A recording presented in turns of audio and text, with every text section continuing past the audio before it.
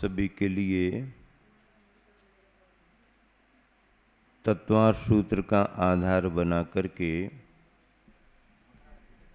सर्वार सिद्धि जैसे महान ग्रंथ की व्याख्याएं की जा रही हैं। कल कहा था कि जैन परंपरा का मूल प्राचीन, प्रामाणिक और संस्कृत भाषा का तत्वार सूत्र पहला ग्रंथ है। इस ग्रंथ में तत्व की व्याख्या है,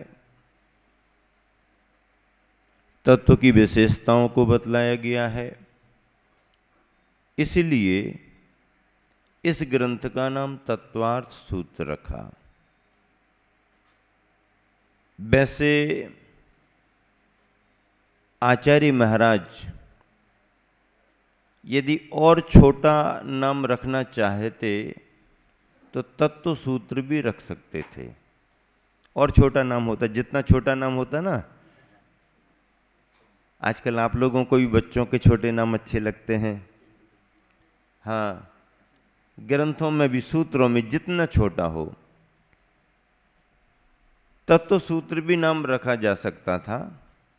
लेकिन तत्व सूत्र नाम रखने से वह भाव प्रकट नहीं हो पाता, क्योंकि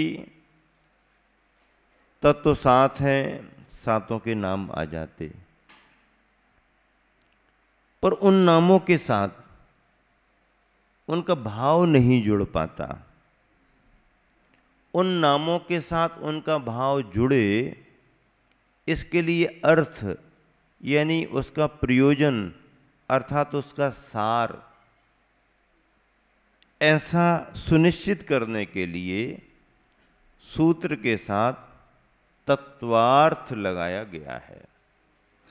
तत्वों के भावों को, अर्थों को समझाने वाला सूत्र ग्रंथ तत्वार्थ सूत्र ग्रंथ है। तत्व सात हैं: जीव, अजीव, आश्रव, बंध, संबंध, निर्जरा, मोक्ष। इन सभी तत्वों में जीव प्रधान है। जीव की प्रधानता से ही शेष 6 तत्व और घटित होते हैं। जीव तत्व ना हो तो बाकी 6 तत्व घटित भी नहीं होंगे। जीव प्रधान है। प्रयोजन छुटकारे का है, मोक्ष का है। आचार्य उमा स्वामी द्वारा रचित इस तत्वार सूत्र ग्रंथ में 10 अध्याय हैं, 357 सूत्र हैं। पहले से लेकर के चौथे अध्याय तक जीव तत्व का वर्णन है। 5वें अध्याय में अजीव तत्व का वर्णन है। 6वें अध्याय में आश्रव तत्व का वर्णन है। 7वें अध्याय में वृत्तों का अर्थात श्रावकाचार का वर्णन है, जिसे शुभाश्रव कहते हैं। 8वें अध्याय में बंध तत्व का वर्णन है। 9वें अध्याय में संबर और निर्जरा का वर्णन है। 10वें अध्याय में मोक्ष का वर्णन है। इस तरह से सातों तत्वों की व्याख्या करते हुए उनके भावों को, उनके अर्थों को बतलाने वाले 357 सूत्र तत्वार सूत्र ग्रंथ में संग्रहित हैं।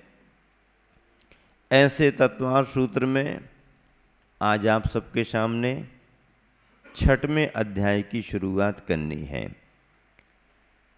6वां अध्याय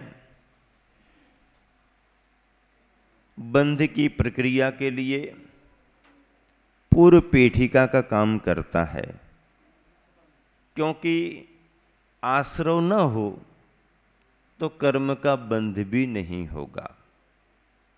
इसलिए बंध, संबंध, निर्जरा आदि की व्यवस्थाएं समझने के पहले कर्म कैसे कैसे आते हैं हमको पता नहीं पड़ पाता है, पर मन, वचन, काय की चेष्टाओं से, क्रियाओं से जीव के आत्म प्रदेशों में कर्म कैसे कैसे आते रहते हैं, इसका ज्ञान 6वें अध्याय के माध्यम से होगा। 6वें अध्याय का पहला सूत्र है, सभी जन उच्चारण भी करेंगे, काय वांग मनः कर्म योगः। काय वांग मनः कर्म योगः। अब देखिए, काय वचन और मन की क्रिया योग है। क्या? काय वचन और मन की क्रिया योग है। योग शब्द आया है। वैसे आप इतने दिनों से सुनते आ रहे हैं, वर्षा योग, वर्षा योग, वर्षा योग, वर्षा योग। ये वर्षा का योग अलग है, ग्रीष्म योग, शीत योग, ये योग सानिध्य के लिए है। ये योग मौसम का परिचायक है। सुयोग, संयोग साधना के रूप में है ये।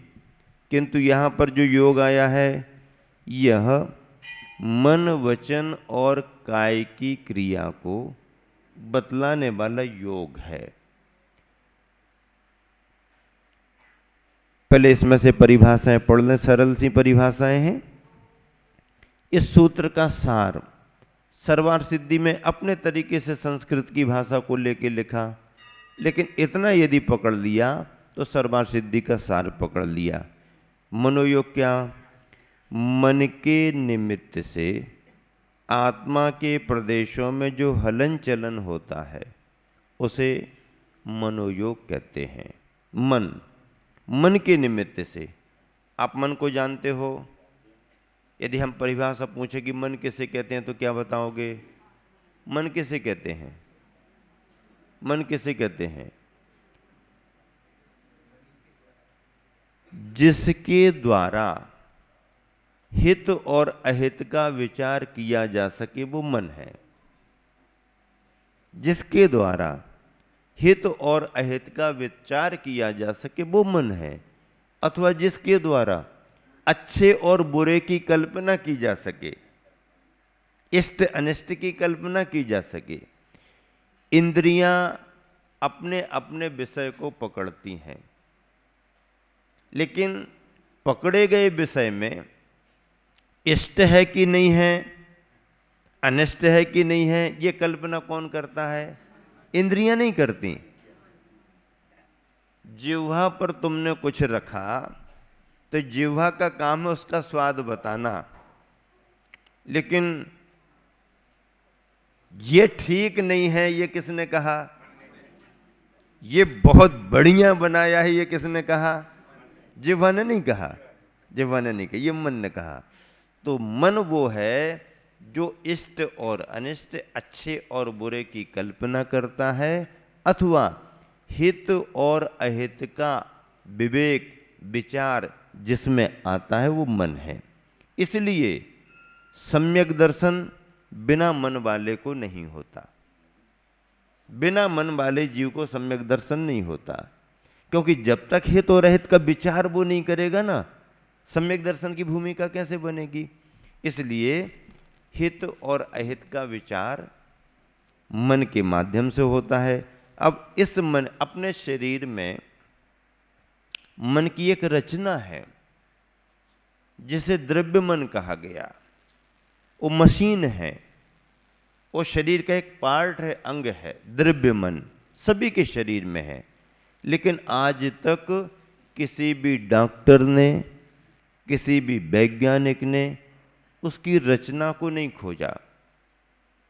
हाँ, कितने ही ऑपरेशन करो, कितनी चीराफाड़ी करो, किसी भी डॉक्टर से पूछो कि ऐसा वाला मन मिला क्या? ब्रेन उसकी पकड़ में है। ब्रेन साइंस की पकड़ में है, डॉक्टर के पकड़ में है, लेकिन मन की जो द्रव्य मन की रचना है वो शरीर में। कैसा है द्रव्य मन? द्रव्य मन को आचार्यों ने ग्रंथों में लिखा कि 8 दल वाला कमल, 8 पंखुड़ियों वाला कोई कमल है, ऐसे नाल के साथ उसकी संरचना बनी हुई, वो द्रव्य मन है, वो मशीन है। फिर जब वीर्यांतराय कर्म के क्षयोपशम से जो उसके लिए क्षमता प्राप्त होती है पकड़ने की, कोई जल्दी पकड़ता है, कोई कम पकड़ता है, कोई प्रखर बुद्धि वाला हो तो कोई मंद बुद्धि वाला, तो उसके कर्म के क्षयोपशम से वो शक्ति जो आती है वो भावमन कहलाती है। ऐसे द्रव्य मन की रचना को शास्त्रों में बताया, लेकिन पकड़ में किसी को आता नहीं। तो ऐसे मन के निमित्त से, यानी विचार करने के निमित्त से, आत्मा के प्रदेशों में जो हलन चलन होता है उसे मनोयोग, मन को निमित्त बना करके विचारों में हमने जो किया, तो विचारों से जो आत्म प्रदेशों का हलन चलन परिस्पंदन हुआ उसको मनोयोग कहा। वचन योग, वचन के निमित्त से आत्मा के प्रदेशों में जो हलन चलन होता है उसे वचन योग कहते हैं। वचन किसे कहते हैं? वचन किसे कहते हैं? जो बोला जाता है वो वचन कहलाता है। अक्षरी और निरक्षरी, हम और आप बोलते हैं तो वो अक्षरी है। पशु और त्रियंच, कीड़े मकोड़े बोलते हैं, वो निरक्षरी है, उनकी केवल ध्वनि रहती है। तो वचन, ये वचन कहाँ से प्रारंभ होते हैं? वचन की सामर्थ्य कहाँ से आती है? दो इंद्रिय जीव। एक इंद्रिय जीव को बोलने की क्षमता नहीं। पृथ्वी, जल, अग्नि, वायु, वनस्पति पांचों स्थावर एक इंद्रिय हैं, इनके पास में बोलने की शक्ति नहीं, वचन बल इनके पास नहीं है। वचन बल कहाँ से प्रारंभ होता है? दो इंद्रिय से वचन बल प्रारंभ होता है। दो इंद्रिय। अब वो दो इंद्रिय होकर के, दो इंद्रिय कौन है? लट आटे में आ जाती है, चने के अंदर आती है, मटर की फलियों में लगती है, इल्ली जैसे, नहीं नहीं लट, इल्ली, वो इल्ली, हाँ छोटी इल्ली, लट। तो हाँ, ये दो इंद्रिय है, इसके पास में मुंह है और वो स्वाद लेती है। हाँ, कोई भी चीज़ तुम खाओ उसके पहले वो टेस्ट लेती, ताकि तुमको कोई दिक्कत ना हो बाद में। हाँ, जैसे कोई रसोईया पहले कि भाई ठीक ठाक बना कि नहीं बना, तो ऐसे वो पहले स्वाद लेती है। वनस्पतियों में आ जाती है, वो चखती रहती, खाती रहती है, उसके बाद जो बचा रहता है वो इन प्राणियों के लिए मिलता है। तो वो दो इंद्रिय होने पर वचन बल आता है, और वहीं से बोलने की उसकी क्षमता होती है, वहीं से स्वाद लेने की क्षमता भी उसको आती है, जिह्वा उसको आ जाती है। अब भले उसका आकार बहुत छोटा है, उसकी जिह्वा हमको ना दिख पाए, लेकिन उसकी जिह्वा आ गई, उसी से वो स्वाद लेती है। दो इंद्रिय है। ऐसे उसको वचन बल, निरक्षरी है, उसकी ध्वनि को हम नहीं समझ पाते हैं, लेकिन वो आवाज करते हैं, अपना कुछ कहते हैं। वचन के निमित्त से आत्मा के प्रदेशों में जो हलन चलन होता है उसे वचन योग कहते हैं। काय योग किसे कहते हैं? काय के निमित्त से आत्मा के प्रदेशों में जो हलन चलन होता है उसे काय योग कहते हैं। इन तीनों योगों की उत्पत्ति में, अर्थात इन तीनों योगों की प्राप्ति में वीर्यांतराय कर्म का क्षयोपशम कारण है। वीर्यांतराय कर्म, अंतराय कर्म के भेद करते हैं ना, ज्ञान दर्शन दान लाभ भोग भोग वीर्य, तो ये अंतराय कर्म के भेद प्रभेदों में आता है। तो अंतराय कर्म में जब वीर्यांतराय कर्म का क्षयोपशम होगा, वीर्यांतराय कर्म का मतलब है सहन शक्ति, सामर्थ्य जब उस जीव को आएगी, तब वह इन योगों से अपनी प्रवृत्ति करेगा। और जब वो प्रवृत्ति करेगा तो फिर उसके लिए कर्म से संबंध जुड़ेगा। वो सूत्र आगे हैं सर्वार सिद्धि में भी, मैं यहाँ पर देख रहा हूँ।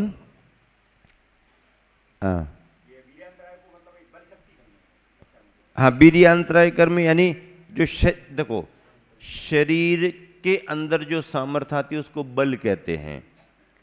शरीर के अंदर जो सामर्थ्य आती है उसको बल कहते हैं, और अपने आत्मा के अंदर जो सहन करने की शक्ति आती है उसको वीर्य कहते हैं।